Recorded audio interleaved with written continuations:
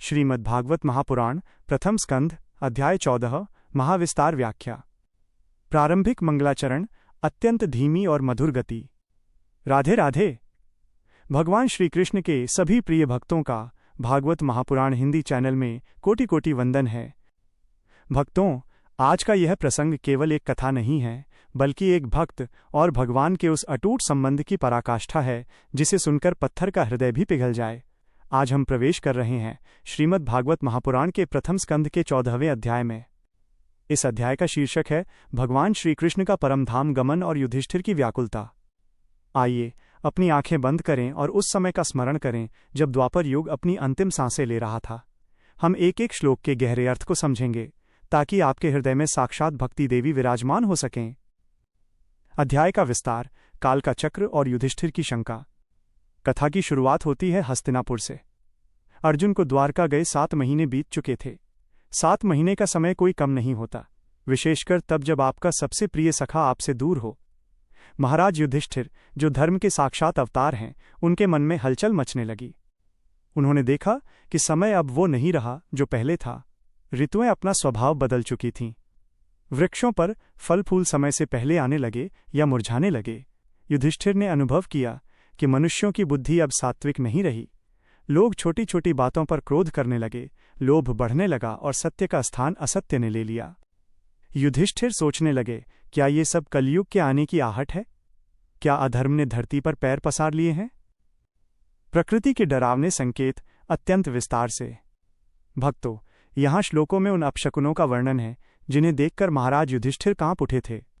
युधिष्ठिर अपने भाई भीमसेन से कहते हैं, हे भीम, देखो आज प्रकृति हमसे कुछ कह रही है। सियारी ने जलते हुए मुंह से सूर्य की ओर देखकर चिल्ला रही हैं। कुत्ते, जो सदा मनुष्यों के रक्षक रहे, आज वे डरकर आकाश की ओर देखकर विलाप कर रही हैं। गौमाता के थनों से दूध नहीं निकल रहा, उनकी आंखों से अविरल आंसू बह रहे हैं। बछड़े अपनी मां का दूध नहीं पीना चाहते, वे सहमे हुए खड़े हैं। ऐसा लग रहा है मानो पूरी सृष्टि किसी महान शोक की तैयारी कर रही हो। भीम, क्या तुमने गौर किया? मंदिरों में भगवान की मूर्तियां अचानक पसीना छोड़ने लगी हैं। वे अपनी जगह से हिल रही हैं। ऐसा लगता है मानो वे भी विदा मांग रही हों। मेरा हृदय बैठा जा रहा है, मेरा बायां अंग फड़क रहा है। ये सब लक्षण बता रहे हैं कि अब वो परम सत्ता, वो घनश्याम, वो यशोदानंदन इस पृथ्वी पर शायद प्रत्यक्ष रूप में नहीं रहे। अर्जुन का आगमन और शोक की पराकाष्ठा। तभी द्वारका से अर्जुन वापस आते हैं। लेकिन ये कौन अर्जुन है? न तो गांडीव का वो तेज है, न मुख पर वो मुस्कान। अर्जुन का मस्तक झुका हुआ है, उनकी आंखें लाल हैं और लगातार आंसुओं की वर्षा हो रही है। अर्जुन को देखकर युधिष्ठिर का कलेजा मुंह को आ गया। युधिष्ठिर ने एक एक कर यदुवंश के वीरों के बारे में पूछा। अर्जुन, बताओ, क्या हमारे नाना शूरसेन जी ठीक हैं? क्या वासुदेव जी और माता देव की कुशल हैं?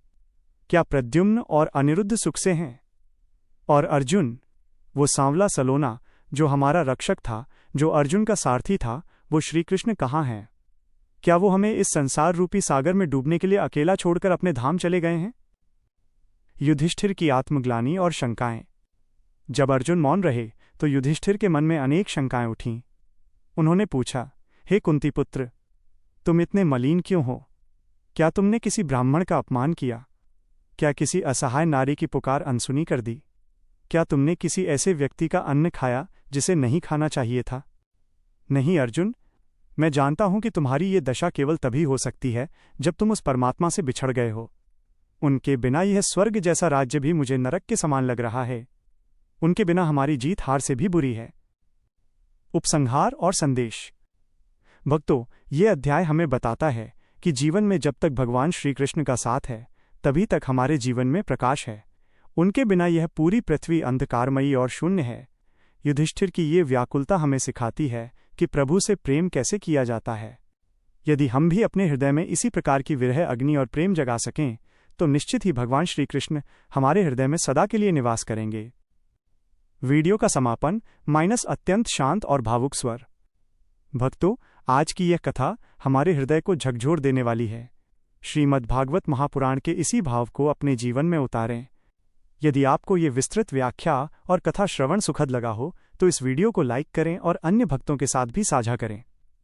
श्रीमद् भागवत के अगले अध्याय की अत्यंत विस्तृत चर्चा के लिए हमारे चैनल को सब्सक्राइब अवश्य करें और कमेंट में प्रेम से लिखें। जय श्री कृष्ण।